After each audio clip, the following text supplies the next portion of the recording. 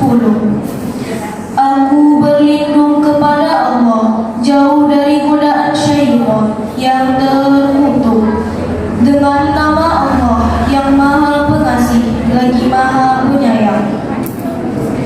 Dan kami tidak mengutus engkau Muhammad melainkan untuk menjadi rahmat bagi seluruh alam.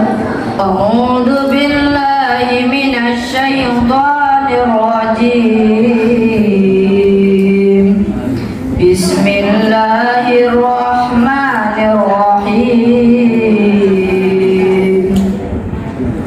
Abasa wa tawalla an ja'ahul a'ma wa ma yudrika la'allahu yazakka aw yazakkaru fatanfa'ahu dzikra amma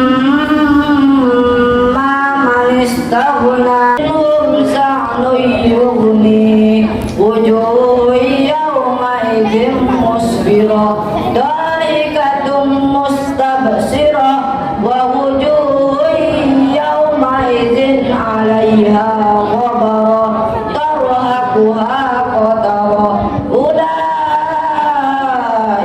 humul kafaratul fajarah.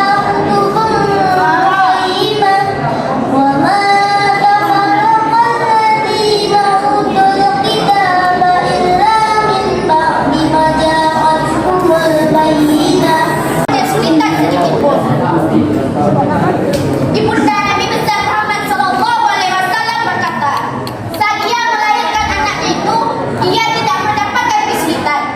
Bahkan begitu, Nabi Muhammad Sallallahu Alaihi Wasallam lahir begitu saja, tanpa dibantu orang. Kejadian yang ketiga, saat Nabi besar Muhammad Sallallahu Alaihi Wasallam lahir, kepalanya mengangkat ke langit, seakan-akan berdoa. Kejadian yang keempat, saat baginda besar Nabi Muhammad Sallallahu Alaihi Wasallam lahir, ia telah tercinta. Kejadian yang kelima, saat baginda besar Nabi Muhammad lahir, ia tanpa memiliki tali pusar. Kejadian yang keenam, saat baginda besar Muhammad Sallallahu Alaihi Wasallam lahir, tergoncangnya istana Kisra di Persia dan rubuhnya 14 teras istananya. Semua itu terjadi tanpa sebab. Dan raja kerajaan Kisra pun bertanya kepada para peramalnya, yang kemudian mereka menjawab, terguncangnya istana pada hari ini terjadi karena lahirnya seorang nabi. Kejadian yang ketujuh, saat baginda besar Nabi Muhammad lahir, semua api sesembahan kaum Majus padam.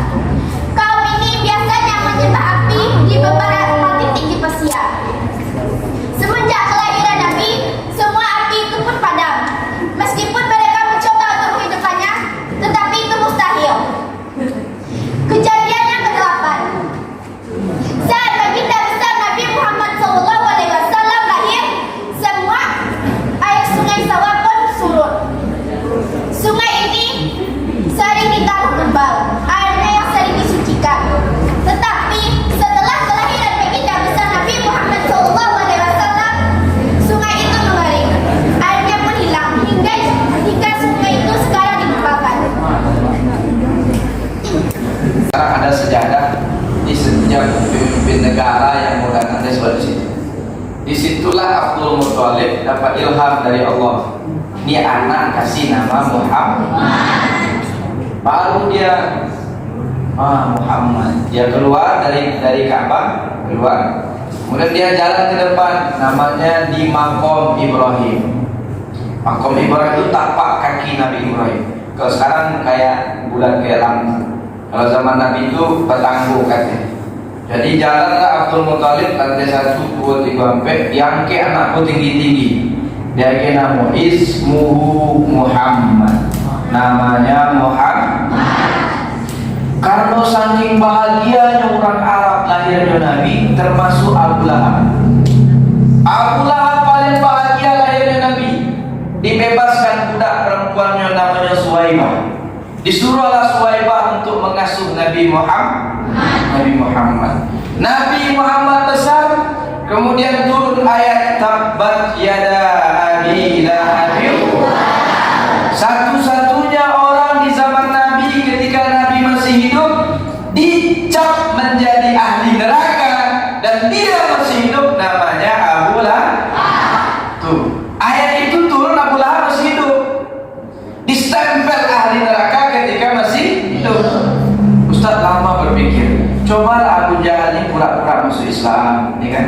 Pura-pura ikut dengan Nabi. Mungkin banyak yang berkata, ayatnya bohong. Kata ayatnya Abu Lahab masuk neraka, itu buktinya Abu Lahab ikut Nabi, sholat dengan Nabi, bantu Nabi. Tapi begitulah, yahdi man yasha wa yudillu man yasha. Allah yang menggerakkan hati. Tak terpikir oleh Abu Lahab sedikit pun. Setiap hari Senin Abu Lahab dapat keringanan siksa neraka. Kenapa?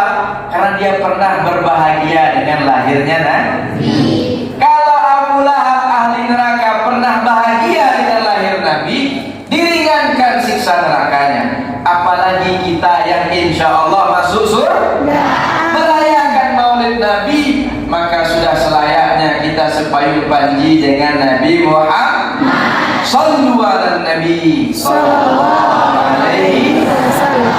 Tuh. Yang kedua, lahirnya hari Senin. Lahirnya hari Senin. Karena Nabi mensyukuri hari lahirnya, maka Nabi berpuasa di hari Senin. Tanya sahabat, kenapa engkau puasa hari Senin ya Rasulullah? Hari Senin hari aku dilahirkan. Jadi Nabi itu merayakan hari lahirnya tiap minggu, bukan sekali setahun, tiap minggu. Setiap hari Senin Nabi mengingat hari lahirnya. Setiap hari Senin Nabi berpuasa mengingat hari lahir. Jadi kalau ada orang bilang apa tuh Maulid Nabi, tak ada. Nabi sekali seminggu. Maka disunnahkanlah kita untuk berpuasa Senin. Tuh. Kemudian tanggalnya 12 Rabiul tahunnya tahun gajah. Usia 5 tahun Nabi dibelah dadanya. Betul-betul dibelah, bukan belah khayalan, betul dibedah. Dibelah dengan cahaya oleh malaikat Jibril. Ketika Nabi Isra dan Mi'raj, dibelah lagi dadanya. Jadi Nabi dadanya dibelah 2 kali. Betul-betul dibelah dengan cahaya, bukan dengan kapak, bukan. Ya. Usia 6 tahun kakek ibundanya meninggal, Siti Aminah. Jadilah Muhammad yatim piatu. Usia 12 tahun Nabi berdagang lintas negara. Lagi-lagi nih, 12 tahun usia Nabi, Nabi mengalih antar negara. Kalau dia tinggal di tanah datar, mengalihnya ke Jepang, bukan ke Pasau Bibi. Nabi mengalih lintas negara.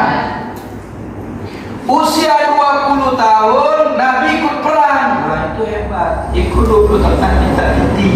Itu api malam minggu lah.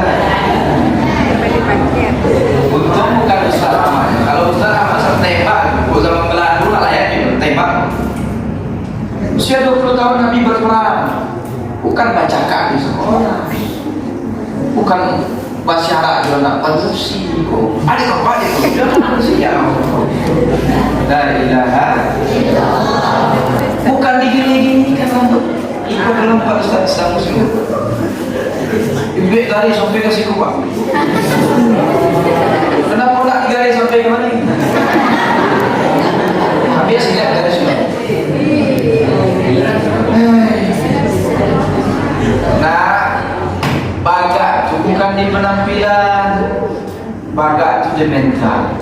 Nabi 20 tahun berperang, ego tampang sangar mental sayuan.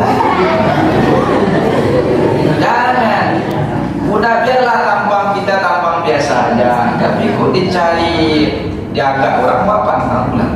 Musuh tak dicari. Kalau benar batal lagi, kurang. Nah, kemudian usia 25 tahun Nabi menikah. Tahu berapa maharnya Nabi? Maharnya Nabi 100 ekor unta. Unta itu harganya 20 juta. 20 juta tambah nolnya 2 belakang. Jadi berapa? 2000 juta. 2000 juta dikonversi ke miliar, 2 miliar.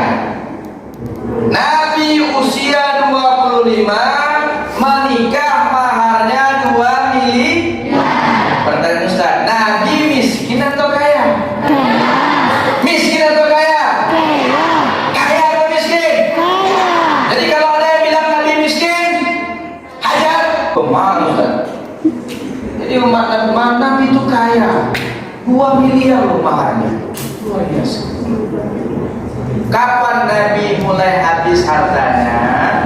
Ketika usia 40 tahun. Nabi di Gua Hira, datang malaikat Jibril, dikasih amanat jadi Nabi dan Rasul. Mulailah hari itu berlaku ayat Allah. Faqala Allah Ta'ala, tatajafa junubuhum 'anil madaji'. Lambung Nabi tidak bersahabat dengan tempat tidur. Tidak ada lagi waktu tidur. Yang ada hanya dakwah. Mulailah hartanya merdekakan budak, bantu orang miskin, kasih makan orang miskin. Habis harta Nabi, sampai Nabi meninggal, Nabi berhutang ke orang Yahudi. Cinta tak Nabi kawana? Cinta tak Nabi kawana? Cinta apa tidak? Cinta Nabi kawana? Cinta? Takbir Allah. Sallu ala Nabi.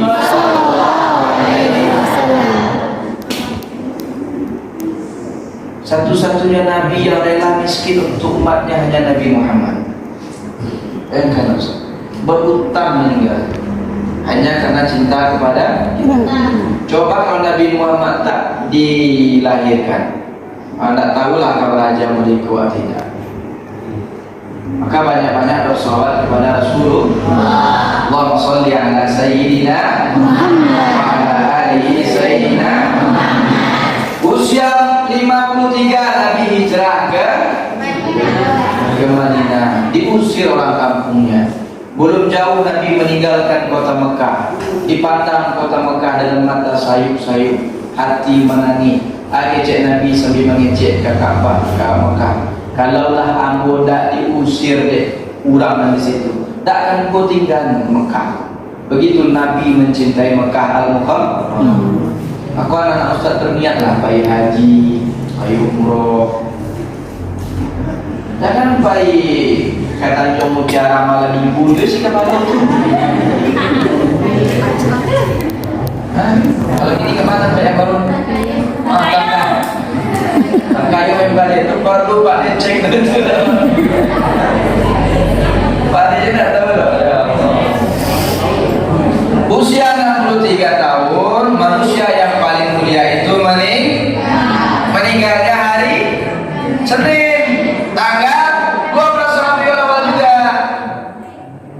Tidak pernah ada langit dan bumi ini murung semenjak dia diciptakan sampai dihancurkan, kecuali malam di mana Rasulullah SAW meninggal. Tak pernah nih, apapun bencana terjadi di bumi, di langit, tak pernah langit dan bumi ini bersedih seperti bersedihnya meninggalnya Rasulullah SAW. Nah, tugas kita hari ini melanjutkan perjuangan Rasulullah. Kita ini belajar buat melanjutkan perjuangan Rasulullah Sallallahu